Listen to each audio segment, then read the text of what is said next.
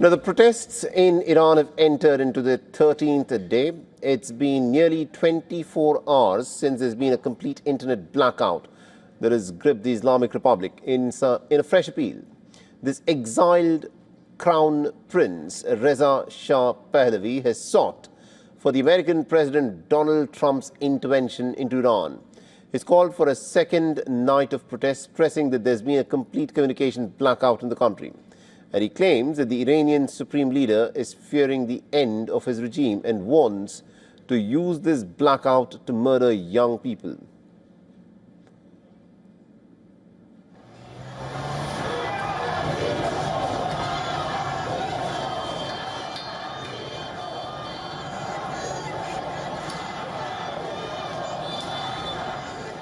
Now, last night, thousands came out for another night of protests in Tehran. Chants of death to the dictator filled the atmosphere.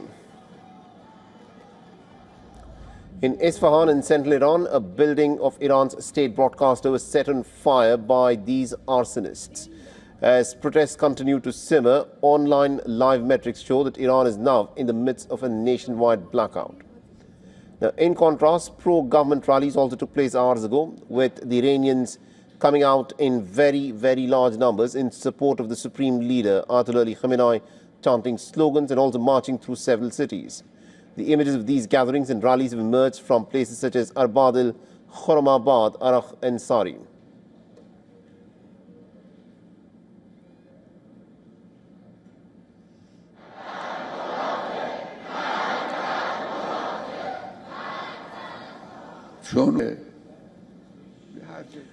The Iranian Supreme Leader Ayatollah Ali Khamenei has remained defiant. He has addressed his own supporters in the city of Qom. The Supreme Leader insisted that the Islamic Republic will not back down in the face of these protests after some of the biggest rallies have been witnessed in the last 2 weeks.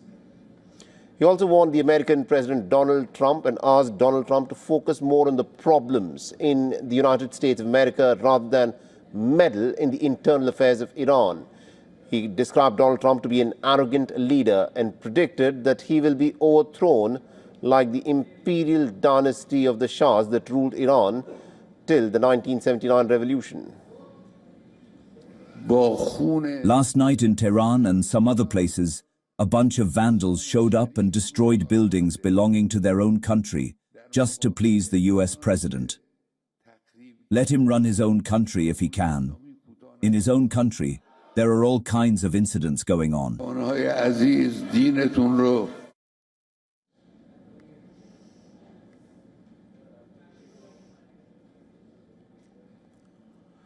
Now, the American President Donald Trump says that he's tracking the protests in Iran very closely. The leader also claimed that Khamenei is looking to flee from the country. And that message came after rights groups accused the Iranian security forces of shooting at the demonstrators, with the Norway-based NGO Iran Human Rights claiming that security forces had killed about 45 people, including 8 minors, since the demonstrations began. The protests, in fact, posed the toughest challenge to the Iranian supreme leader in its 4.5 decades of existence, with the protesters openly calling for an end to the theocratic rule. And we earlier spoke with Mr. Hafid Abu Talib. He's a geopolitics and international relations analyst. Listening to what was said. I think essentially it is because of internal issues. There is, of course, the Iranian currency that is pummeling. There is also the soaring cost of life, the inflation, the overall economic deterioration, the water stress, the droughts that is severely hitting the capital. That is a large capital. Let's say that Iran is 92 million people and the Tehran is 13 million people. And we also spoke to journalist and Kurdish political analyst Aso Saleh, who described what this protest in Iran means for the Kurdish community and what its impact is likely to be. Listen.